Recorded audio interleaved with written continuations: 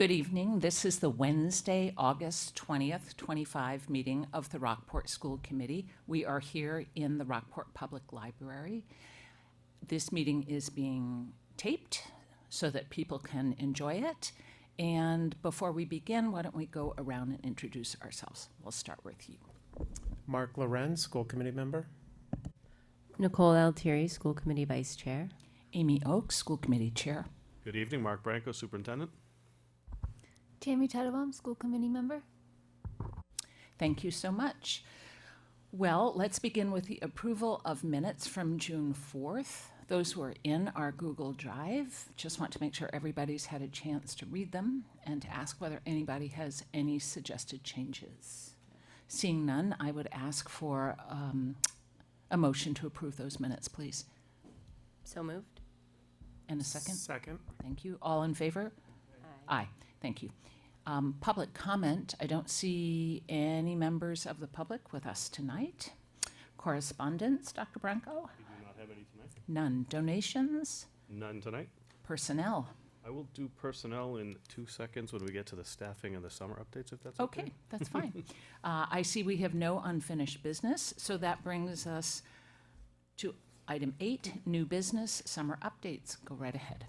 So busy season with staffing, so this is in your drive, but for the record, I'll let everybody know. We have had some movement and welcome some new staff members and say goodbye to some dedicated staff members. So Molly Swanson has been hired as our district ESL teacher, that's English Second Language. Margaret Hale has resigned from her position as a bus driver, so we wish Margaret the best of luck. Leanne DeMeo Mustone was hired as a bus driver. We welcome Leanne with us. Barry Norman was hired as a permanent substitute teacher at the elementary school. Catherine Cook, hired as a permanent substitute at the middle and high school. Chad Johnson, hired as a permanent substitute in the middle high school. Jeff Yakubauskas was hired as our new maintenance employee. Nicole Kern has resigned from her position as a paraprofessional. Michael LaMarche has resigned from his position as paraprofessional. Kathleen Heel was recalled to her position as paraprofessional. Jacqueline Connolly has resigned from her position as a paraprofessional. Bridget O'Connell has resigned from her position as school psychologist. Emma Rowe has been hired as a permanent substitute teacher in the elementary school. And Nicholas Zaraga was hired as a paraprofessional. So we welcome all of our new employees and we thank the employees who are moving on for their service. And I just think I do this reminder every year. When you see paraprofessional movement, in a lot of cases, we wish them well because they're usually making a step up. They're either going into a teaching position or an adjacent position educationally. So we are proud of the fact that we get high quality paraprofessionals that in many cases use these positions to move on and remain in education. So I believe we're almost 100% staffed. So at the next meeting, I'll probably finish out the staffing report and bring you up to speed then. So I would like to bring Jody Goodyew up, and she has been working on a teaching and learning update. The summer is very busy while students are relaxing and enjoying being away, and teachers are catching their breath and prepping and taking courses and enjoying their family and friends. The same is happening with us at central office. So I'm going to turn it over to Jody, and she's going to kind of step us through what's going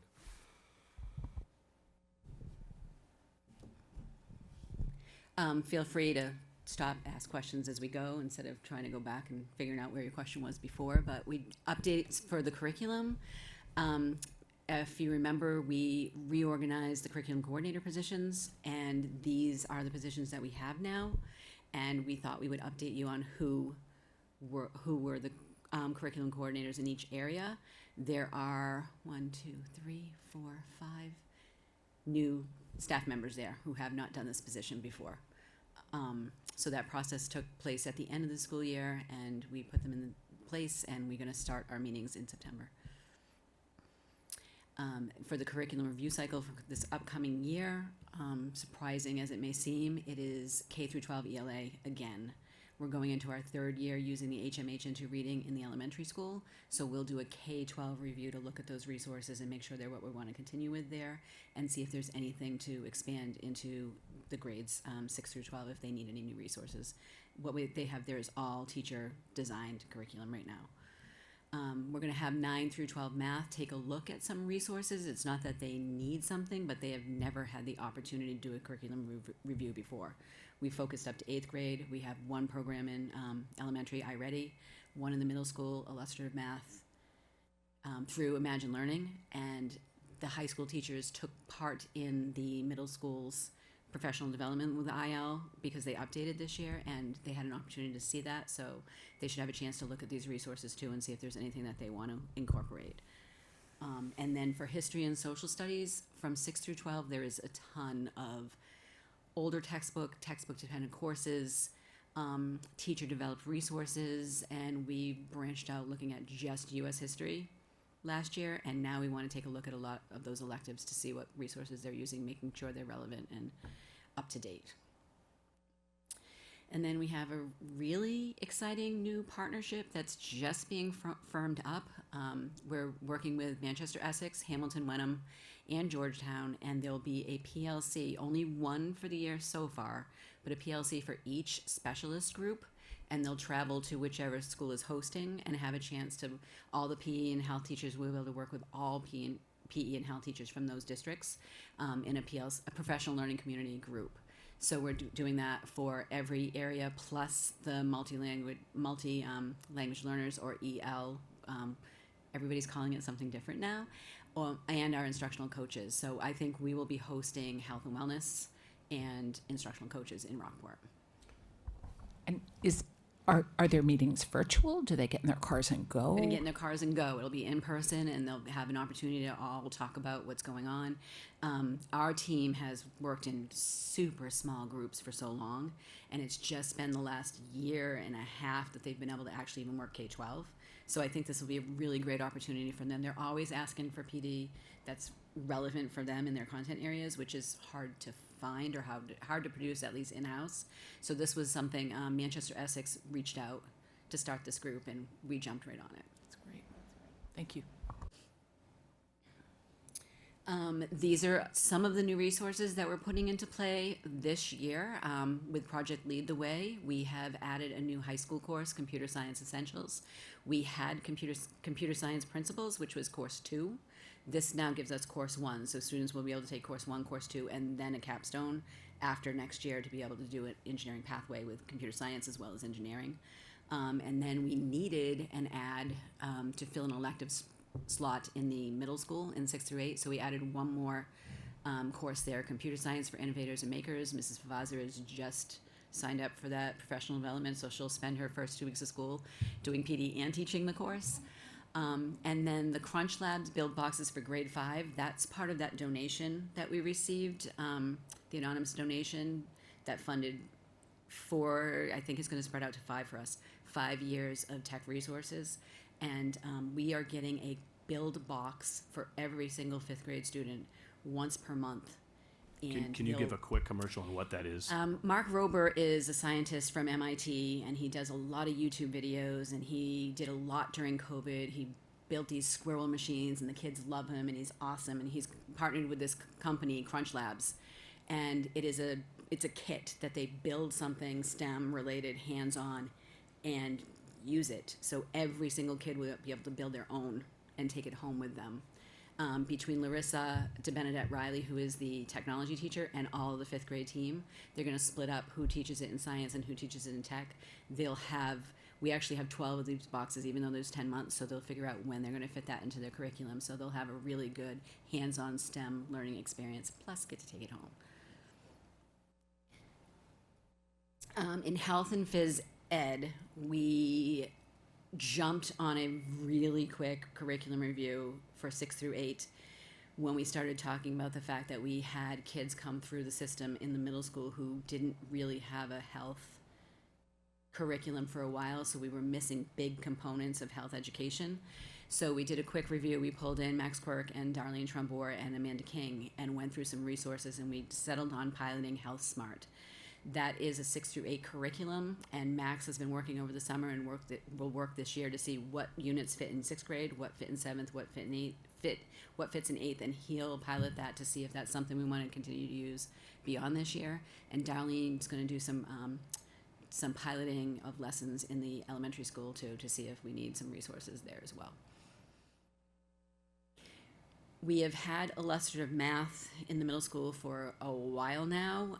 It came right out of COVID. It was what we chose. When we chose it, it was owned by LearnZillion. After a couple years, it was bought out by Edgenuity, which was then bought out by Imagine Learning. So it's been through multiple iterations of this. So given that we have a brand new 6th grade teacher who's taught higher level but teaching 6th grade this year, and then the 8th grade teacher will be teaching 7th and 8th, we thought it was a good time to reset and upgrade. So we have the ILIM, which is 360 now, which is an enhanced digital version. And they've come out with new student workbooks. The teachers didn't like the old ones. They were very dry, no pictures, no colors, which was an intent for illustrative math, but based on feedback, they've redesigned these and they're colorful now and they have more space for student work within them. So we upgraded, we just bought new teacher additions and paid for the one professional development session. Everything else was included in the subscription we had already paid for. We did have 2 high school teachers, the 2 middle school teachers, and a special educator all take part in that professional development this summer. After the history review for U.S. history, we do have Savas investigating U.S. history for our 10th and 11th graders. Carrie Herman and Steph Walker will be teaching that, and that is a digital subscription, so they do not have, the textbook is this big. They don't have to carry those textbooks back and forth. There is a student workbook for them to use and work in, but they'll be using the digital resources throughout this year. We did a 3-year subscription for that. For science and technology, Carolyn McWilliams is moving up to 9th grade. She'll be teaching introductory physics to 9th graders plus 6th grade science. And through our science review, although we didn't settle on a curriculum for the middle school, we came up with this Pocket Lab interactive notebooks and their physics bundles. Our physics classroom has been a modeling classroom, so the teacher will model the experiment and the students weren't taking part. So we bought these physics bundles, so now all of the students will be in groups and working hands-on with physics in the classroom. And the interactive notebooks are pretty cool. They do a lot of simulations, which also do what the new MCAS test is doing, it's doing the simulations. And then the last piece is the Conmigo, which is the AI platform for teachers and students. We've had some teachers go through the training this past year, and we've given PD for that. And we have a signed contract for the year. It's not in place yet, but it hopefully will be by the very, very beginning of September that we can roster it and be ready to go. That is also funded by that anonymous donation.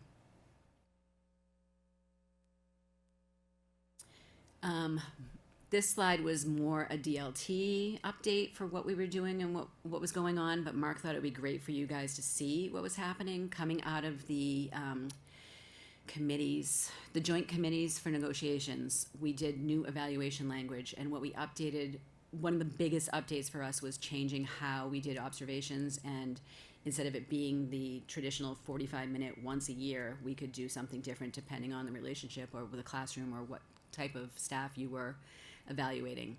And coming out of that, we've designed a new timeline for professional teaching staff, for non-professional teaching staff. We've got new DESE rubrics for specialized instructional support personnel, like a nurse or a psychologist or a counselor. So there are new rubrics with language for them for their job-specific roles, which we taking a look at them and we think it'll be much more helpful for us in writing their evaluations. We'll roll those out to them and give them some training on what those look like as well. We designed new evaluation forms for RESA, for all of the support staff, which are way better than what we were using in the past. And then there's just a graphic for helping the educators know what kind of evidence to upload and where and what the timeline looks like. So those links are all available to you to take a look at. That's what I was just going to say. I won't click on them tonight, but as you have this in a PD form, I think if you feel like taking a field trip, it's really worth it. Those are all live links, so you can kind of check out the work that was created by the subcommittees. Yes, So we we'll need permission. so we'll make them open to anyone with the link. I think I need to, the back link to it. piece, not the, Correct. yeah, Yeah. okay. Okay. Yeah, those are all mine, I think. Okay. But We'll fix it.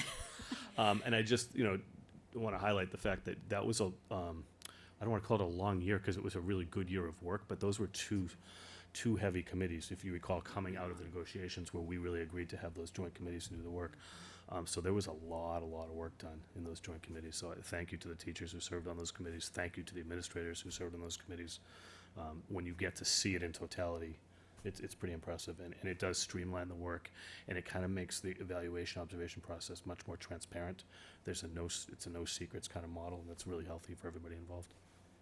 Yeah, with the evaluation process being something that is supposed to be collaborative between the evaluator and the teaching staff, we have a whole slew of new resources that we got from DESE at the Instructional Leadership Institute, which I'll talk about more in another section. But all of these tools are something that will really, really help guide evaluations, guide observations, and help staff look at the questions to ensure there's deeper learning for the students. That there's a lot more connection to making sure that all students are receiving what they need from those resources. Those are clickable. Those are DESE owned, so I think those ones should open for you. But I'll make sure everything's turned on for you. And there's a big focus, big focus, and this should be the focus. I just want to highlight that DESE is really making a strong push at the state level and making sure all of us across the Commonwealth are focusing on grade level work and grade level expectations. That when we're making adjustments and differentiating, we're not setting the bar lower than what the expectation is for the grade level. It's the only real data-driven way to close an achievement gap. So that's an important shift that we'll continue to talk about when we're talking about instructional practices, resources, and what our model looks like within the schools. Yeah, that the DESE's educational vision hasn't been really promoted far and wide, but it's a big document, and it really guided all of our learning in this Leadership Institute and guided a lot of what we've talked about in instructional leadership and district leadership as well. But if you look at that tool, it's like all students are known, all students are valued, and all students receive the individualized supports they need to access grade level curriculum. So they are really doubling down on what they said outside of COVID in terms of the acceleration model. And I hope I shared that you were able to read the AI guidelines. Those are our new guidelines for the use of generative AI. Those were developed collaboratively with the group that I went out in April to some conference to learn how to create a guidelines or policies. We think it really reflects what we're going to be doing and how the kids are going to be using AI, if at all. And we have put that through the handbook. It's on there for now, and it's there for your review. In addition to this, we've created the responsible use agreement. So when students sign off and parents sign off on they've read the handbook, they're also going to sign off on they will responsibly use digital resources and technology and will be responsible for any damage to that moving forward. If you remember when we finished the school committee policies, we had worked on acceptable use policies, and one of the things we had talked about in policy subcommittee and then here at the table was that we needed agreements that sort of articulated the how and the why behind the actual policy. So all of that work has happened over the summer. And let's just see if I remember and understand the vocabulary. Guidelines are things that you create and that you could change. Policies are things that we approve. So this level of work is at your level in response to the policy work at this level. Thank you. Yes, and your new acceptable use of digital resources is linked in both of those documents for people to have access to that as well.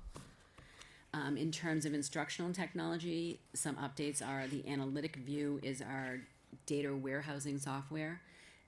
It tracks, it might be on another slide, it tracks a whole bunch of stuff, but that's the warehousing software we've been talking about for the past year. It will be rolled out. All staff will have access, role-specific access to all of the data that they need going forward.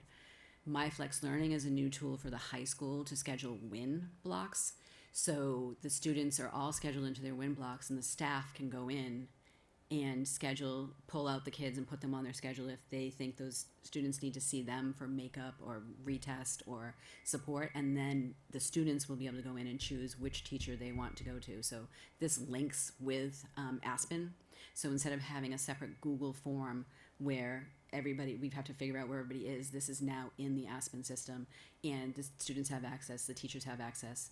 Amy Rose's schedule has a day one built in as advisory at the high school. All students will go to their advisory block and spend that time choosing where they're going to go for the next 7 days of the schedule, based on their needs. And that student choice piece, I think, is really fascinating to me and important as kids get older. Many students start to think they know what they need, and when they do, they can self-select. But when a teacher has to step in and says, no, you're really struggling here, we've talked about this a couple times, they can kind of veto almost and have the student come to them. And for the students that aren't necessarily needing that kind of support, then they can select to go to their choice location, whether that's a music room or an art room or an English room to write and free write or get caught up on something else. So it's really a nice kind of digitally controlled blend between student decision and teacher decision for support purposes. Blocksy is a new software that will be used in grades, I'm pretty sure, 3 through 8. And that is a system where the teacher can see what every student is doing on their Chromebook in real time and can shut it off or shut off the whole class or redirect them and know what's happening. It was piloted in 4th and 5th grade to see if it was a better product than what we've been using. We rely on the tech department a lot. You'll get an email saying so-and-so is on so-and-so, go, deal with it. And now the 4th and 5th grade teachers thought this was fabulous. It's like it let them shut the computer down so that they could redirect, give instructions, and then turn it back so that they could do what they needed to do next. So that is going out 3 through 8. High school are not all on Chromebooks yet, so that's why it won't be in the high school. And then the last one is Conmigo, which we already talked about. And then some data analysis tools that I was updating the DLT on are the Mass Education to Korea Data Hub, the E2C. This is an amazing resource if you're looking for anything, because you can see all of the public data out there in one place, and it does some really cool stuff with, you can do comparable districts, you can do comparable test things. We looked at some NPAS data, at the attendance tracking. So this is a really, really good source if you're looking yourself for anything, but that's something we'll be using more frequently in our leadership meetings at least. And they developed data stories based on the data. So you can see kind of, here's a data story about what's happening with literacy across the state. Here's a data story about chronic absenteeism across the state. So that's just a resource that, again, Mark thought would be really good to share with you guys as well.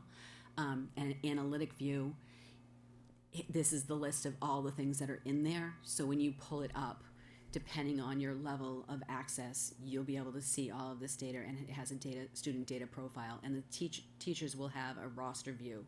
So they'll be able to see right across their screen what the latest benchmark scores are, plus MCAS scores, plus attendance. And that'll help us with our data meetings, our data days, our instructional support teams, student study teams, and MTSS. Oh, and they just added, that's there in bold for a reason, they added the MTSS module for us for no fee. So all of our intervention groups will be built in there, and the progress monitoring can be tracked in there as well. I'd love to see a sample of that once you get it up. I don't know if they have a student sample already built into it, or if you could Maybe halfway through the build- year, once we have enough data Yeah. in there, we could probably make like I can do a redacted. redacted. Yeah, that'd be really cool to see. Yeah, I mean, the data's all in there, so I can start working on that for you, but yeah, I can redact it. Yeah, the only thing we're missing is a social emotional tool to pull that data, but we're gonna look at that again. Last time we did one, we did HSA, which was through Pierre, which was fantastic, gave us some really great data. That's the one piece that's missing we need to put in there. And I realize this is a lot of tech, high-end conversation, but to drill it down, what's important for you and the public to really understand is the technology and this kind of articulated system helps teachers and educators sit in a room and talk about Mark by name and by need, and it just pulls all of the information together in a way that has really never been able to be done in education. It was much more qualitative and anecdotal. And so now you're getting, when you talk about a data story, that's true on the child now too. You'll get to understand what's going on at home social emotionally, or with that child, what's going on academically. Are they having attendance issues, and that's why the discipline is kicking in, or is the discipline kicking in because they've got attendance issues? And we can really get a better calibration, and we have very precious minutes in the day of a teacher. We don't have a lot of planning time and a lot of time to crosstalk and table talk. And so we need to leverage that clock time pretty wisely. And so I know this is a lot of stuff, but when you pull it all together, it really helps us have strong conversations for kids, and that's what I want the parents to hear tonight. Well, and really, not just from teacher perspective, but from a student's perspective, just more engagement and more time on learning, which is going to be really, really helpful. Yeah, and you have to open iReady to look at that data and open Acadians to look at that data, and now it's all in one screen. I think this is not, I don't know exactly how you get that information out there, if it's kind of broken down in one of the in the loops or what, but I think this is an amazing thing for parents to know and families to know about just how much work and how much insight goes on behind the scenes. I know like families generally feel Rockport Public School teachers care about their kids, they know their kids, and that's a strength, but as a parent, I think knowing just how closely it's being looked at on the individual child and need basis is pretty awesome. I don't think that people generally would think that, understand that that's happening. So I wonder if there's a way eventually to communicate that. I think my question is whether parents will be able to see the same view that staff will be able to see. This is not a parent access portal. Thank you. You're welcome.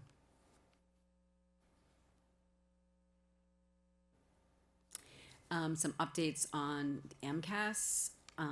They shifted from using Pearson for assessment to Cognia. With Pearson, they had shut off giving us any of the test items to be able to do a deeper analysis on what the questions were asking when students struggled with them. And now that it's shifted to Cognia, even though this is the first year, they are releasing more data to us. So we will have 50% of all the operational test items for everything up to grade 8. And the grade 10 and the grade 9, the high school students, we will get all of the test questions released to us. So we'll know exactly what the question asked and how it asked it while we analyze that data. And they again released student essay responses, which they stopped doing a year ago. So every student in grades 3 through 8, we have their actual one essay response, so we can see how they did on both idea development, which scores up to 5, and conventions, which scores up to 5. And then in 10th grade, we get 2 essay output. So it really helps us to be able to analyze what the MCAS data means instead of just being a number. I think this is my last slide. This is just an update on the ESSA funds, the Title I, II, and IV funds, which were frozen, but they have given us our allotments. And although the Title I is down, the Title II is up a little bit. So I just wanted that's what we spent those funds on last year, and this is what we'll be looking at next year. That grant needs to be written by mid-September, so we're starting to have meetings about what we need to spend out of which category.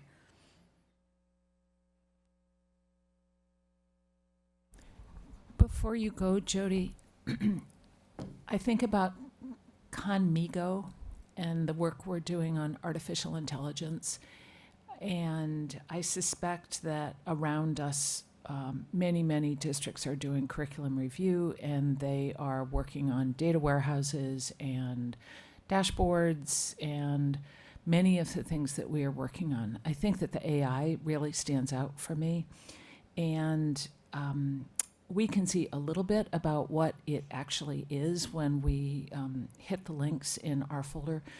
But I think it would be wonderful at some point. Obviously, I heard you say we're not going to roll this out quite yet, but it would be really great at some point later in the fall or mid-year if we could hear from students and teachers and maybe even parents about their initial sense of how this feels. And then I think later in the year as we go on, I am very interested to hear how it goes. And so I would really appreciate that, not to add work to your plate, but when I think about all of the different things we could talk about this year, I think that might be one that would be interesting and interesting to the community as well. It doesn't add work for me. I just have to find the people. So yeah, this shouldn't be a problem. There's one sitting right back here that might help.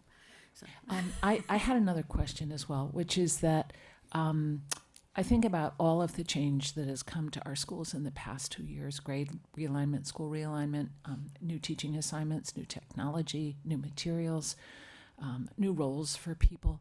And I just think about the pace of change and what it feels like. And I remember back a year and a half ago when teachers sat at that table and said, we really need time. We really need time. We need time together. We need time to talk to each other. We need time to get all this work done.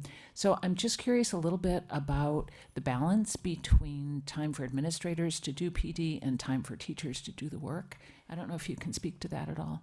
I can come back and give you much better detail, but we did add a second PLC to the elementary school so that those grade level teams have 2 45 minutes periods a week to work together as a team during the school day. We've also, this year's schedule has been built so 3rd, 4th, and 5th grade all have specials at the same time.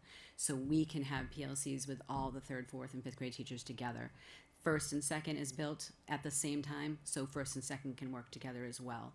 The middle and the high school, I believe the high school has 2 team times built in per 7-day cycle, and the middle school has their team time almost every day, continuing. So there is time built within the school day.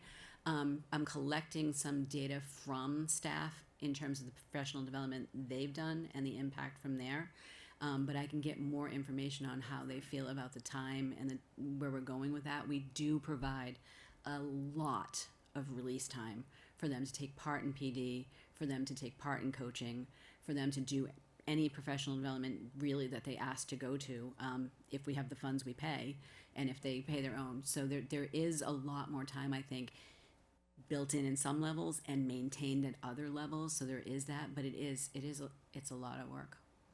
And I think from a professional development standpoint, one of the big pieces of feedback we heard from the faculty last year is that day where it was all faculty designed PD was some of the most meaningful learning that we had done collectively as a group. Everybody, including members of the central office team, either participated in PD or led PD. And so it was really powerful to see that we have a lot of experts in the room, so to speak, in the faculty, and to watch faculty be proud of what they know and are able to do, and to kind of pay that forward with other faculty and to see something grow, it was pretty cool. So I actually think we're going to try to leverage that model again this year, at least for one day, if not for a day and a half or so. I had a couple questions going all the way back to your the curriculum resources that you're doing. Maybe, I don't know, hopefully, maybe you can just answer them quickly, but I can try. the physics first, I'm curious how that's been going, or do we have any plans for an update on that later this year? Should we wait on that? It's been it's been a transition. It's been definitely different, and keeping in mind that physics first is not really physics that traditionally we took physics in high school. It is more physical science related.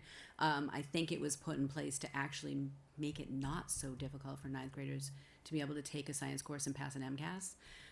It's been different, and now we're going to go into a huge transition again because we have a new staff member. Yeah. So I guess I was wondering, is that going to be part of the curriculum review, or is it too early for that and you need to give it some time?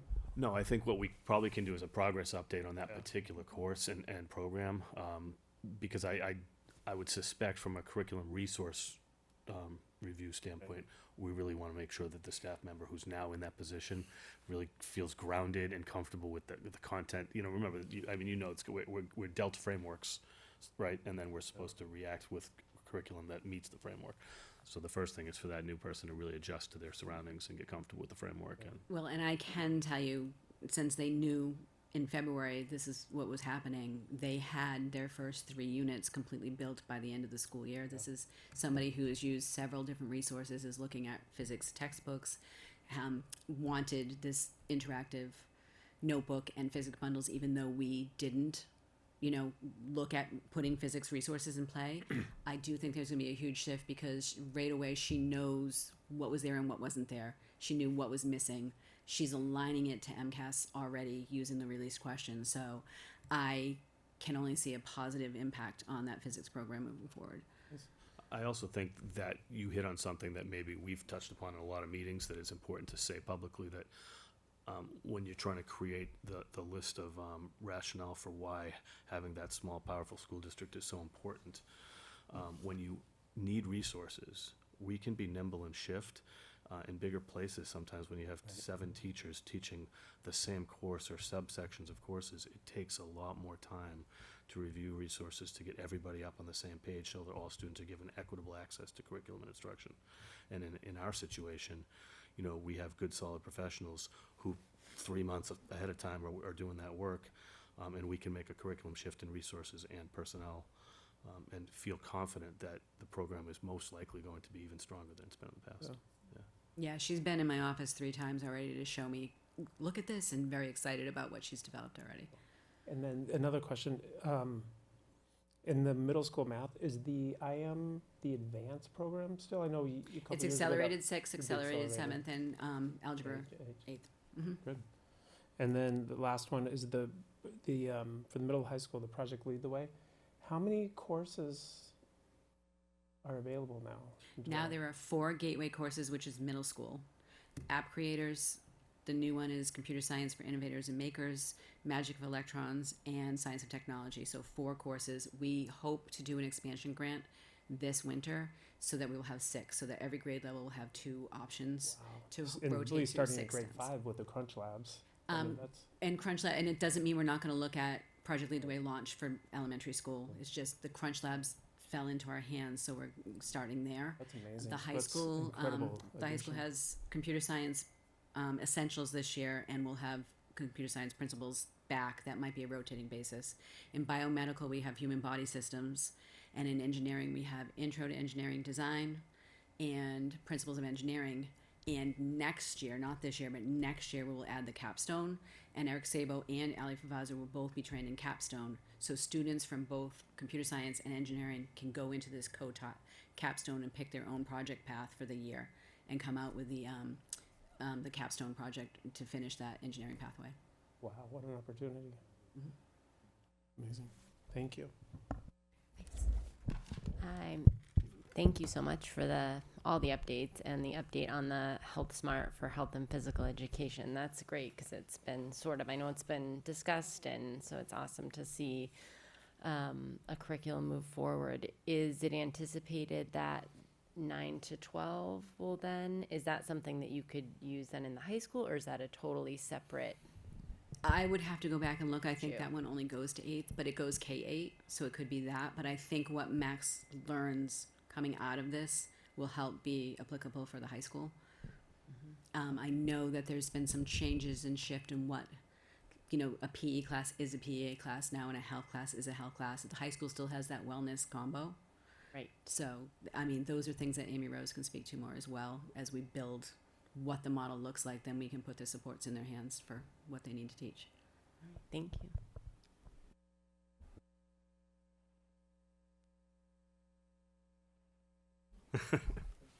Thank you. So this is an interesting shift, but I'm shifting to some of the big work that some of our departments who are academic adjacent, so to speak, to support all the work we do. So Kirk Keating and his team, in collaboration with the DPW, which I can't say enough about. We are small and mighty with 3 employees in this department. One of them's only been with us for a month, I think, ish. So between our 3 employees and some leveraging of the DPW skill sets and relationships, we've really got a lot done over the course of the summer. I will not read the laundry list to you on camera. I know you've probably looked at it or can look at it right now. A couple big things that are important to highlight is that roof project is moving. So if you do drive by the campus, you'll see the construction happening. That is a big project. It's not an anticipated. We weren't anticipating that to move quickly. So that's moving.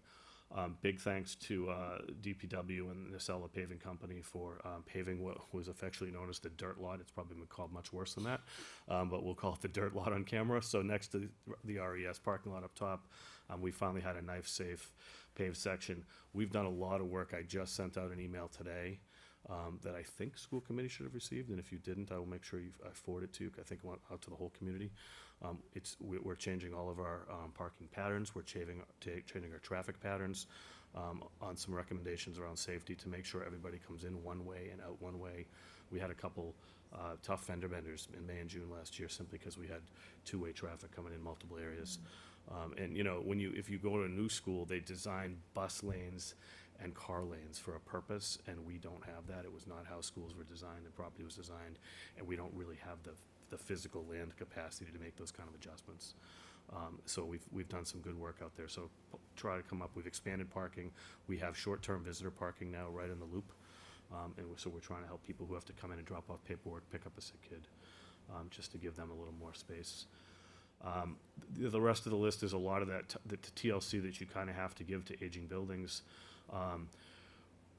The wellness center, if you come behind the elementary school where my office is, you'll see that the wellness center, which was that portable building and trailer, is no longer. It was end of life, and we were having some real problems with that building. It was attached to the greenhouse, or the greenhouse was attached to it. We knew that we could have some structural integrity issues going into that project. We did. Jody had contacted the science team and talked to the science department about what our curriculum looks like and doesn't look like in relationship to the greenhouse, and we do have a plan to work with the science department over the course of the next school year and a half, to talk about our curriculum flow and where that kind of work is going to fit in. So if anybody is concerned about that project, I just want people to be encouraged that it went away for, you know, a physical necessity, but it will get repurposed, and not repurposed, but rebuilt in a different way. You know, I would just venture to guess that horticulture and horticulture education has changed enormously since the days of teaching students in greenhouses. Food production is so very different today. So perhaps there's actually an interesting opportunity down the line. And two others, campus-wide exterior lighting. If you've come to any events at night, it's a pretty dark campus, and so Kirk has been working with himself and some vendors to try to make sure we can get some efficient lights, but well-producing lights, I guess is the best way I could put it. It's pretty dark. So over time, we'll try to get the whole campus hit. And another exciting project is we're relocating the kiln, the art kiln in the middle high school, out of the middle of an art room into a separate classroom, because we're leveraging some of the space, and we have an expanding ceramics program, and this will allow us to have drying racks, wider areas, potentially over time more equipment and resources for students and teachers to use specifically to 3D development, and so that wiring system and all of the movement is happening, and the hope is that'll be on track for the start of the school year. So thank you to DPW, thank you to Kirk and his team, thank you to our custodial crew. It takes a lot of effort to make buildings that are older feel modern, look modern, appear clean, and be clean. That's not easy work. It's really not easy work. So I commend them for the work that they do. And you know, many of us are relaxing in the summer, and I would argue that's probably their least relaxed time of year, quite honestly. I see Monty sitting in the back tonight. So he gave us, this is the short list, because I told him to make sure I could fit it on one slide with font that you could actually see. So I know that these are the highlights, but there's a lot of work behind the scenes. And again, I've talked about the technology department before, the relationship we have with the town and the technology department. A lot of what Jody just spoke about is a direct result of us working with Monty's department and funding from Monty's side of the aisle, so to speak, and support from Monty and his staff. You know, particularly Mike Montgomery is the educational contact, and he's got a great team of guys who really take care of the infrastructure. I've never received an email or, you know, a red flag that went up and said, everything's dead, the system's down, we lost Wi-Fi for 2 days. I can't tell you that how many times I've worked in other places where there's always been some kind of infrastructure concern, or, you know, something goes, and it's the bane of a teacher's existence. When we're pushing teachers to be high-tech and to use 21st century skill sets and technology, the fear is what happens when it doesn't work. What happens when I'm standing in front of 20, 25 kids and something doesn't work? And that just never seems to happen. So thank you to the Monty and that team. Again, I won't read this whole list. You'll see a lot of crossover on this list. Some of the exciting stuff, number 9 and 10, when you talk about the school committee's goals and the work that we're doing in the school district around communication and advocacy, this electronic Hall of Fame, as soon as it's really up and running, I'll have you guys come in and check this out.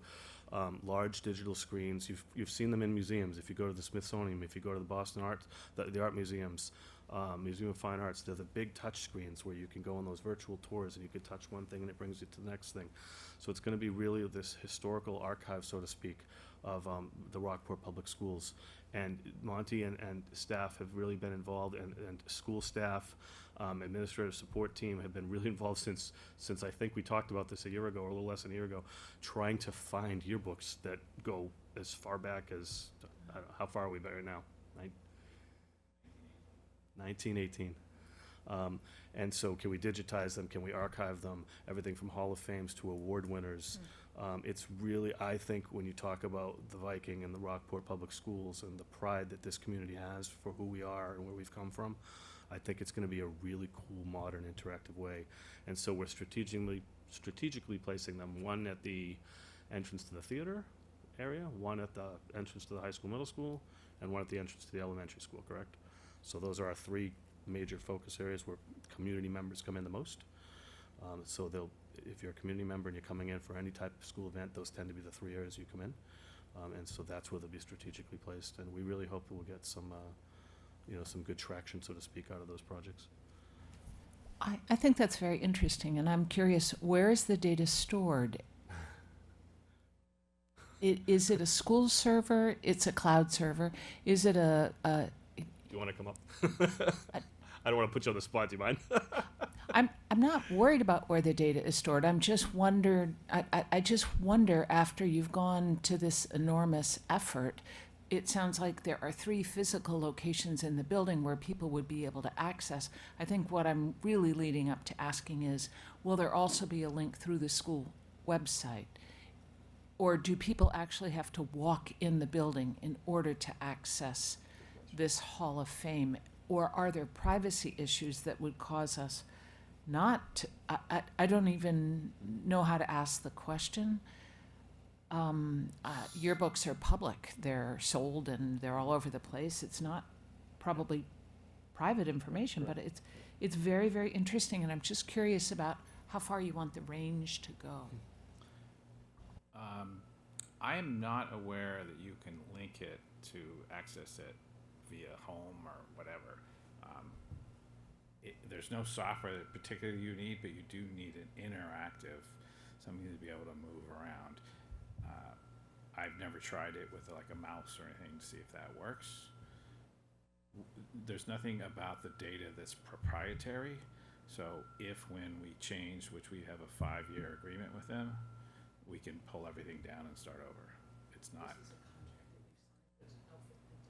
Correct. So minimum 5 years. Rocket Alumni, that's the company, correct? Correct. Yeah. I think you actually just might be ahead of our thought process too, which is fantastic. Like we were just excited to say, how do we get this done physically in the building with this technology in an inviting way when you're here? But it is worth talking about next steps someday down the road to say, hey, is this something that could be, modified on a website through a different kind of contract? But And what I hinted to is, talking to Sandy Bay Historical Society and like the information booths in town, I can totally see this be a same thing, but a referral, not the same system, but, focused on the town, focused on the history, because they would like to digitize their stuff and they're struggling with how to do that, where to do it, and this company that's what they do, so. There are, I say tomorrow all 3 would be operational. You can't, it's gonna be like the website. It's gonna be on living, breathing thing. We're gonna continue to add to it. I was going through yearbooks today, particularly I picked 1968 and found the same humanoid that you would teach health and here's your liver and all that stuff. It's still in the building. Anyway, so it was funny to see George Ramsden and Steve Rowell as high school students and that kind of thing, so it's neat. so again, thank you to Monty for really spearheading it, for Your idea. for financing it and for really making it happen. I couldn't have made it happen, so yeah, it's gonna be pretty cool. It's gonna be pretty cool. Thank you. Yeah. And the one on the bottom, the electronic payments, interestingly enough, ties to a conversation that we might have had recently. So we purchased 4 what's called point of sales, no different than when you go out and you use your phone to tap or your credit card, and in the restaurants that come to your tables with them now, it's that kind of a point of sale model.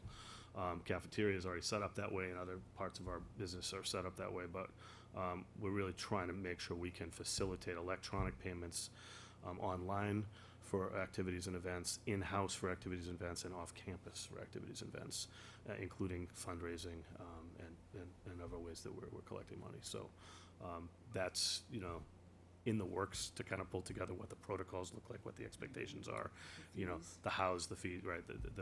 The behind-the-scenes work is actually almost done or done at this point in time. That was the heavy lift for a lot of other people in the room here. The next step is how we articulate it out to staff and to the users. So thank you to Monty and his team. Safety vestibule number 8.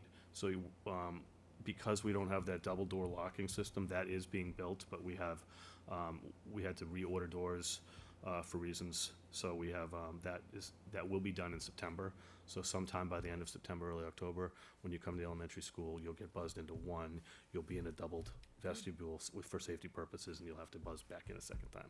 Again, with the older buildings, you have to retrofit them to do this. So this is another project that's been on the works for a while. Had a great. Okay. You want to go? I just want to pause and say it's pretty amazing to see the amount of work that's been done over the summer on behalf of Rockport Public Schools. The list of work that was done on the building and grounds is really amazing, and the work on technology is amazing, and the work on curriculum review, getting ready for new teachers, getting people in new positions, the number of people you've hired, the list of welcomes to new employees. It's really incredible to see what happens in the school system when people go away for the summer. The work does not stop. And I mean, this is an enormous amount of information tonight, and I'll just say there were a lot of acronyms, but I understand why. It's because there's so much that was done that you can't fit it on the slide. So I think we really, really appreciate the hard work that's gone into this. It's very, very impressive, I think, to see. And I hope it's okay. I think I speak for all of us when I say thank you all very much. The work is really appreciated, and I'm excited to come into the building and see it all. And I'm sure everyone else is too. So thank you all so much. We had 2 great leadership retreats over the past couple of weeks. The district leadership team came together for 2 days last week. The theme of our retreat this year was connecting culture development to growth and achievement for all. And we've had really strong conversations about the importance of having really strong a culture of we and a culture of us and a culture focused on all. And when we say all, we mean all learners, all adult learners, all student learners. And that's what moves our organization forward. And that as we've focused heavily on culture, it's time to continue to talk about growth and achievement, how we're defining that socially, emotionally, and academically, and how are we collecting and leveraging the evidence that students are moving forward in all of the areas that we are hoping that they move forward in. So it was a big focus area. We talked about trust. We talked about a lot of leadership strategies we're trying to implement.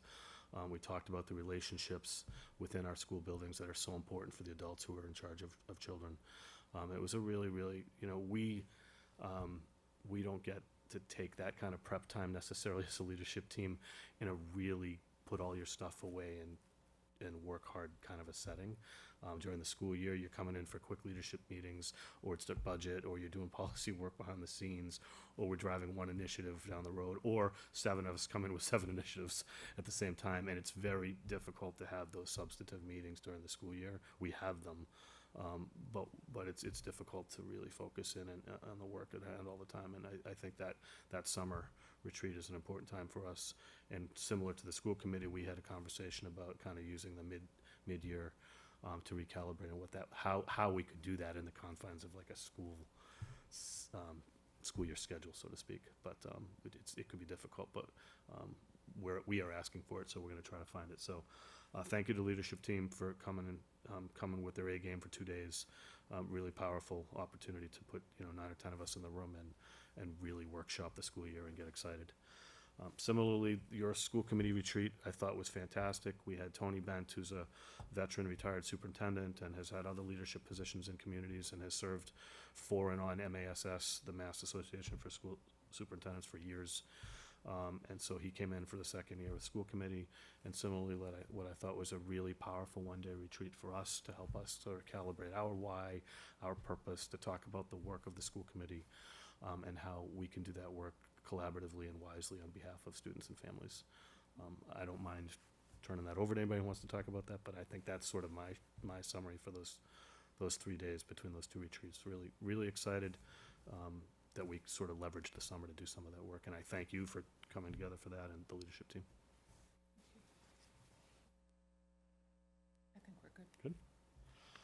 So I have this up here just as a placeholder, just to remind ourselves that we did discuss this in retreat. We did talk about what that goal looks like, and I think at this point, what we had talked about is the chair and I will kind of collaborate on what that will look like, facilitating some kind of process of updating and drafting this year's goals as an offshoot of what we've done together last year.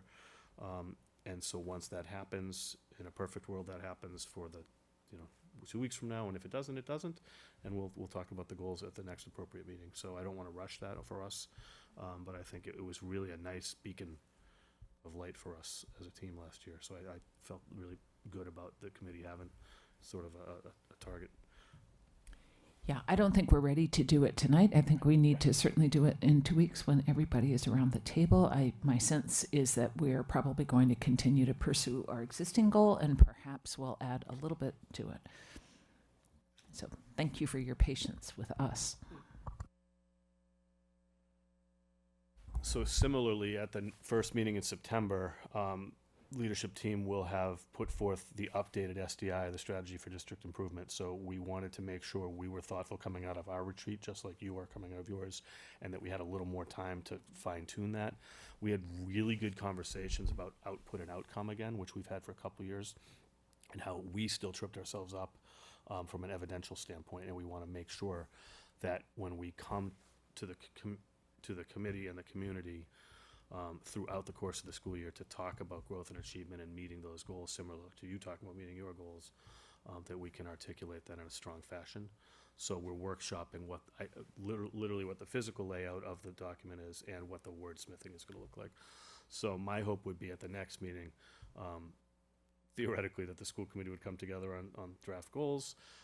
I will present the draft SDI for your review and approval. At the same time, I would then have my goals drafted for your approval, which will dovetail with your goals and the SDI.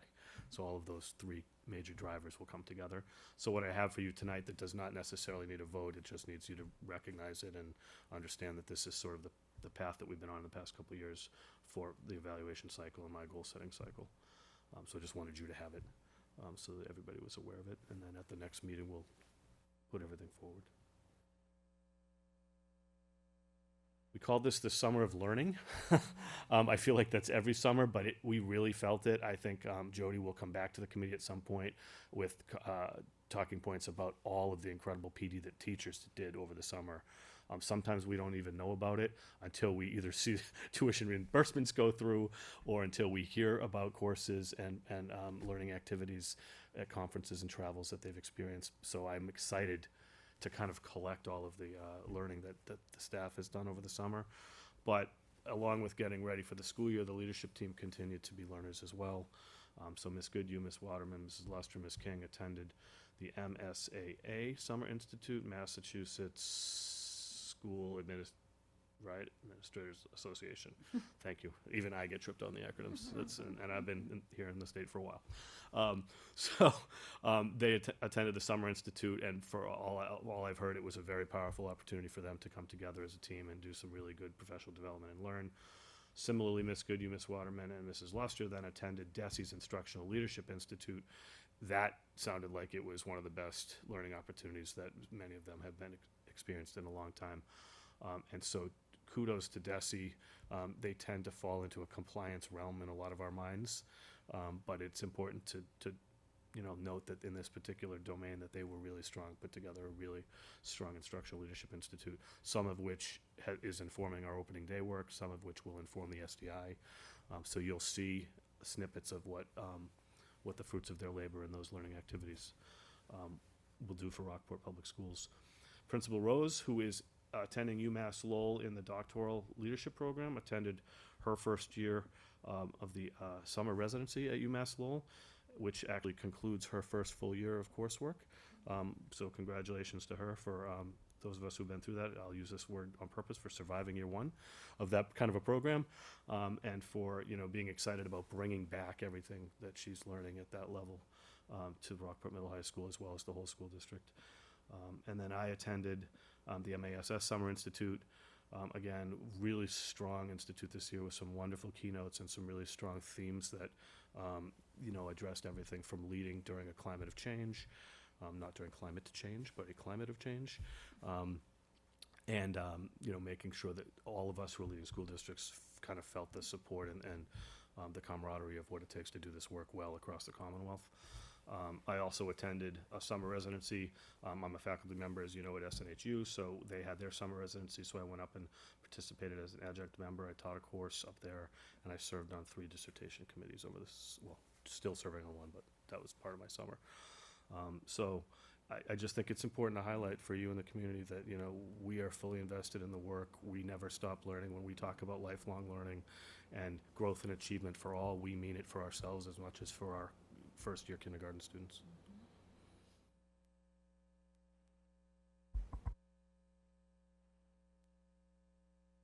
The only policy manual update is that the policy manual is PDF'd.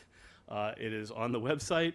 It is not on the server, third-party server, because that is actually a third party, not MASC. And so it is in MASC's hands. Amanda and I have been in communication with Alicia multiple times over the past month or so. And we kind of, you go quickly, and then everything just sort of slows down at someone else's pace. So I think they're doing, that particular company is probably housing a lot of them and managing a lot of them over the summer.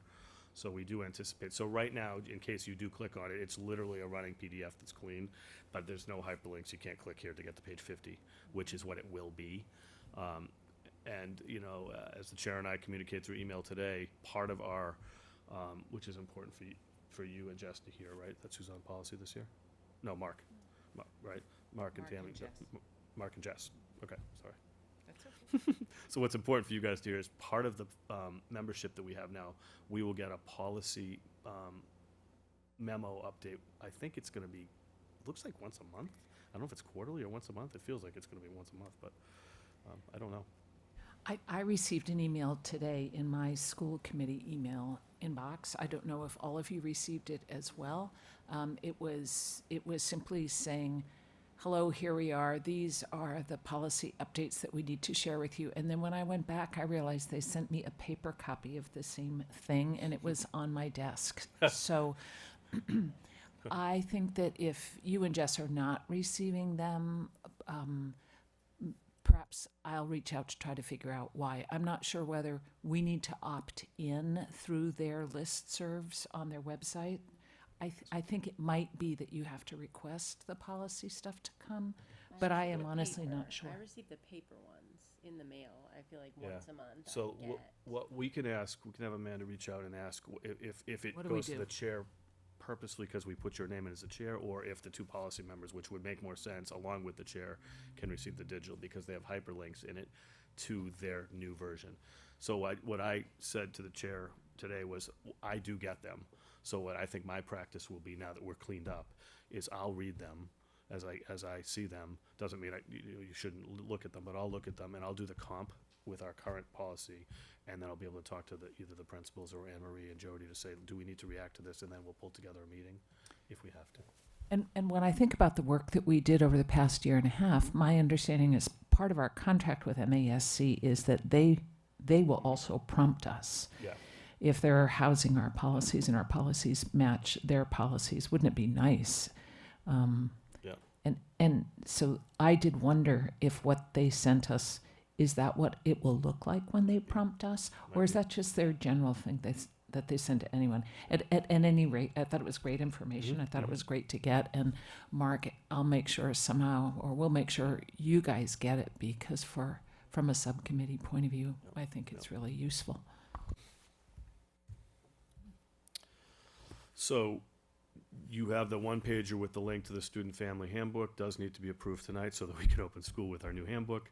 DLT members have been hard at work over the past month or so cleaning that up. It's not an easy cleanup sometimes behind the scenes, particularly when a school committee has a new policy book, or when federal or state laws change, or when graduation requirements change, and now we talk about competency determination. All those things that we did last year here at the table then impacts, the handbook and how we operationalize all these decisions.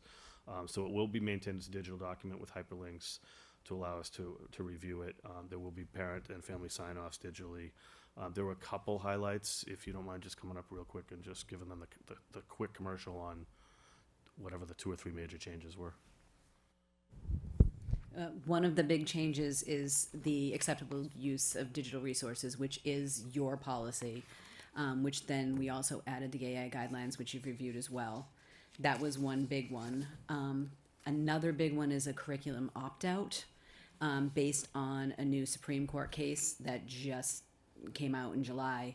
We had to change that language, and we used something that was given to us by our special ed attorney. So that one is new. It's a very, very, very short guideline for opt-out. Just so you're aware, it's not like a guaranteed anyone can opt out of anything. It's for a very special circumstance. And they have to request it, and there are limited circumstances when a principal would approve that opt-out. The one thing that is not included in that is the human sexuality curriculum opt-out. We still have to send that notice to all families that what we are teaching and that they have the right to opt out of that. That is also now updated in the handbook and links to the letter that we do send to families with the language from the attorney. And then I thought we had to do restraint, but we did not, because it's only the timeout laws that change. So the timeout laws have changed, but restraint hasn't. And Anne-Marie Luster did a lot of little cleanups along the way to make sure that everything was in compliance with the law. So I think those are the bigger things that you really needed to take a look at to make sure that those were good. I wonder if anybody has any comment or question. Then I'd like to ask for a motion to approve the 25-26 Student Family Handbook. So moved. Second. All in favor? Aye. Aye. Thank you, that carries. Related to policies and handbooks, just as a commercial, because I know people know this is happening in the state, but we do anticipate that cell phone ban and personal technology ban law happening. And so all organizations across the state are trying to figure out what that's going to look like. And we had a pretty solid conversation as a leadership team about not making too many operational changes, if any at all, at the school level until that law is codified. We feel like we want direction. We also don't want to miss the potential opportunity for funding. My organization has been very vocal that this cannot become another unfunded mandate. And so we don't want to go out with Monty's help or anybody else's help and make purchases or decisions around how to manage student-owned technology and then find out that the minute the law hits, there's 7 grants coming from all different directions. So we're going to be thoughtful, we're going to be patient, we're going to be working with students and with faculty on what it looks like at all grade levels across the 2 schools, and how we're going to react to what we believe is actually going to come to fruition for the school year, for the following school year. So we'll be thoughtful about that. It could include piloting, could include some kind of forum. So we'll keep you in the loop as we move forward. My early commercial, right? Just my early commercial that you have an annual conference coming up November 12th through the 14th. We'll start to talk offline about who wants to go, when you can go. As the agenda becomes stronger, take a look at it. I do know that they've already locked down a really strong keynote speaker. I do know that our new Commission of Education, Dr. Martinez, will be there. He's really making the rounds and on the listening tour, as he should for the first year. Can I create a form that allows people to sign up to indicate if they're interested? I think what we've done in the past is we've said, if you're interested, which day are you interested? Sometimes people go down for 1 day. Sometimes people go for more. The district will cover our hotel and our registration. It's a great opportunity. There's so much learning, and I remember you said that last year you came back proud to be at Rockport because of all of the good work that you realize we're doing when we go out and about and we listen, we realize, we're small but mighty and we do good work here. And this is a good way to sort of see what's happening. So I encourage people to go. And on that note, we move on. We do not have a finance update tonight. All We're right. just getting started and, happily spending money at this point in time That's to good. make things happen. So Good. You got to spend money to much, get much to started. the dismay of the business manager at times, but we are working hard. Good. Good. And school committee discussion, the 5 minutes that strikes terror in every superintendent, because you never know what anybody is going to want to talk about. I would say that I thought we had a really productive retreat, and I think we appreciated everyone making time to come and do that together. And I think we look forward to another really wonderful year working together as a team, and to supporting folks. I look forward to going and greeting the staff on their first day back, and I will carry your good wishes to all of them, and I'm excited to do that. Does anybody have anything that's on their mind that they'd like to share? Just a quick note. Notes or compliments or thoughts? No, I was looking at the on the website for the policy manual. Yep. So I found that, but as I was doing that, I noticed the public participation rules and procedures. Yep. There's a link that needs to be updated Yes. with our new ones. So just as a side Thank note, you. Anything else? I think Nicole? I'd just like to echo you in thanking everyone for all these hard work over the summer. Seeing these updates and our discussion during our school committee retreat has made me just feel really excited for the upcoming year. And thank you to everyone who's making all the magic happen in the Rockport Public Schools. We really appreciate it. And yes. Okay. All right. All right, thank you very much. Do we have a need for executive session? We do not. I'm looking for a motion to adjourn the meeting. So moved. Do I have a second? And all in favor? Aye. We're adjourned. Thank you very much.